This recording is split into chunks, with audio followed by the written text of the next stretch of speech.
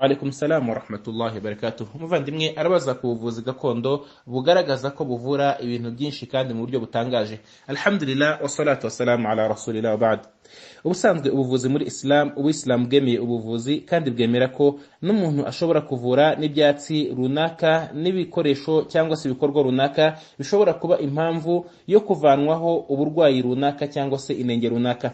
Ariko ibyo ngibyo Ubuislamu bwabihaye umurongo, no muri iyo mirongo Ubuislamu bwatanze ni ukuba ubwo buvuzi bugendanye n'umurongo mugari w'ubuvuzi kandi bushingiye ku bizwi kandi biziranyweho n'abantu ko byifashishwa kandi bikaba ubuvuzi. Nanone kandi bigomba kuba nta yindi ngaruka buzana nyuma y'aho ngaho, hanyuma bugomba kuba nta cyaha bufite muri icyo gikorwa, bigomba kuba ari igikorwa kidafite icyaha muri ibyo ngibyo bigiye gukorwa nk'ubuvuzi. N'izindi mu yindi mirongo migari ubuvuzi muri Islamu bugomba kugenderaho. Iyo ubuvuzi bugiye gukoreshwa bugaragaje ko hari imwe mu mirongo bwangije muri iyo ngiyo, nko kuba ari ubuvuzi buvura indwara ariko bukazana indi mbi kurushaho, cyangwa se bukaba ari ubuvuzi hifashishwa igikorwa cy'icyaha, cyangwa se ikiribwa cy'icyaha cyangwa ikinyobwa cy'icyaha, cyangwa se ubuvuzi butajya mu bwenge no ku murongo w'ubuvuzi umenyerewe, ibyo ngibyo Ubuislamu burabuziririza, n'ibyo ngibyo Ubuislamu ntago bubyemera. No muri ibyo ngibyo harimo ibyatanzwe mu rugero nk'ibyatsi cyangwa se ibindi bikoresho umuntu avuga ngo ashobora kugabanya umubyibuho ukabije mu minsi 3 n'urugero, cyangwa se akongera uburebure bw'umuntu mu gihe gito kingana gutya, cyangwa se akongera umubyibuho mu gihe cy'umunsi umwe cyangwa se iminsi ngahe.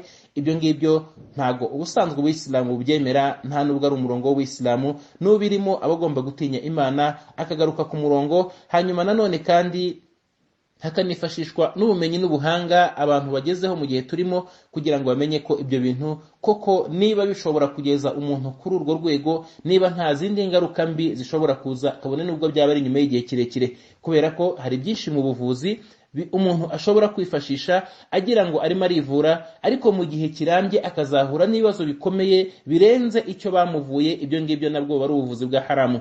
Nk'urugero, nk'umuntu kuba ashobora kuba afite amenyo atari ku murongo neza, hanyuma agashyiramo ibyuma biyashyira ku murongo mu gihe gitoya, yarangiza nyuma y'imyaka ingahe amenyo ye agatangira gukuka cyangwa se akajegajega. Ubwo bari ubuvuzi bwa haramu, nta nubwo bwemewe, kubera ko icyo yakuyeho nticyari n'indwara ifatika, ahubwo cyari iby'ubwiza. Ariko icyo azanye ni indwara. Icyo gihe iyo bimeze bityo ni n'ingaruka mbi. Icyo gihe bimeze gutyo, ubwo buvuzi wabuzirijwe muri Islam.